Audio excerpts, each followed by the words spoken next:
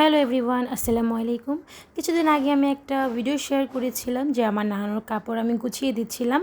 নানু ঢাকার বাইরে গিয়েছিল তার ছোটো মেয়ের বাসায়, মানে আমার ছোটো খালার বাসায়। তো এরই মধ্যে আমার নানুর বেড়ানো শেষ হয়ে গিয়েছে, তো নানু ঢাকায় আবার ব্যাক করেছে।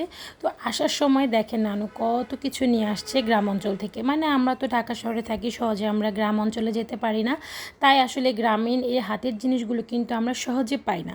আমার ছোটো খালা আমার নানু হাতে কিন্তু অনেক কিছুই ধরিয়ে দিয়েছে, আর এগুলো আনতে কিন্তু নানুর খুবই কষ্ট হয়েছে। যাই হোক, কী দিয়েছে চলুন আমরা দেখে আসি। তো ফার্স্টেই নানু মাসকলাইয়ের ডাল বের করলো। এই ডালটা কিন্তু একদম রেডি করা ছিল।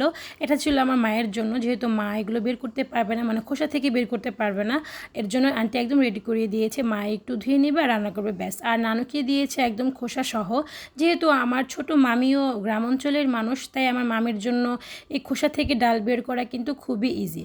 আর এগুলো কিভাবে বের করে সেটা কিন্তু আমিও জানি না। যদি আপনারা কেউ জেনে থাকেন তাহলে কিন্তু অবশ্যই আমাকে কমেন্ট করে জানাবেন যে খোসা থেকে ডালগুলি কিভাবে বের করা হয়।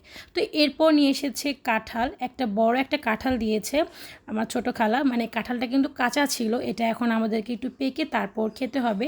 যাই হোক, এটা আসলে প্রসেস আছে কিভাবে আসলে কাঁচা কাঁঠাল পাকানো হয়। এরপর নিয়ে এসেছে নারকেল, 5টা নারকেল নিয়ে এসেছে। এটার মধ্যে আমার মা 3টা রেখেছে, বাকি 2টো আমার নানুকে দিয়েছে। এই যে দেখছেন এই নারকেলগুলো, এটা কিন্তু আমার গোছাতে হবে, মানে সুন্দর করে ছিলতে হবে। আর এসেছে একদম হাতের বানানো আমসত্ত্ব। এটা কিন্তু একদম হাতের বানানো, কোনো ধরনের কোনো কেমিক্যাল কিছু নেই, মানে একদম হাতে যে করে গ্রাম অঞ্চলের মানুষ, ঠিক সেরকম। আর এসেছে পিঠার চাল, মানে আতপ চাল। আতপ চাল কিন্তু অনেকগুলো আন্টি দিয়েছে। এগুলো এখন 2 ভাগে ভাগ করবে, মানে মার জন্য আর নানুকে কিছু দিয়ে দিবে, যেহেতু নানু প্রথমে আমাদের বাসায় এসেছে। আর খালা চালের গুঁড়ো করেও দিয়েছে, মানে চালের গুঁড়ো দিয়েছে যেন এখন ইনস্ট্যান্ট কিছু তৈরি করে খেতে পারি। আর যে আস্ত চালগুলো দিয়েছে ওগুলো একটু রোদে দিয়ে শুকিয়ে, ভালো করে শুকিয়ে তারপর মেশিনে ভাঙাতে হবে। তো যাই হোক, আর এই যে কিছু আমও কিন্তু দিয়েছে, এগুলো কিন্তু একদম গাছের ফ্রেশ আম।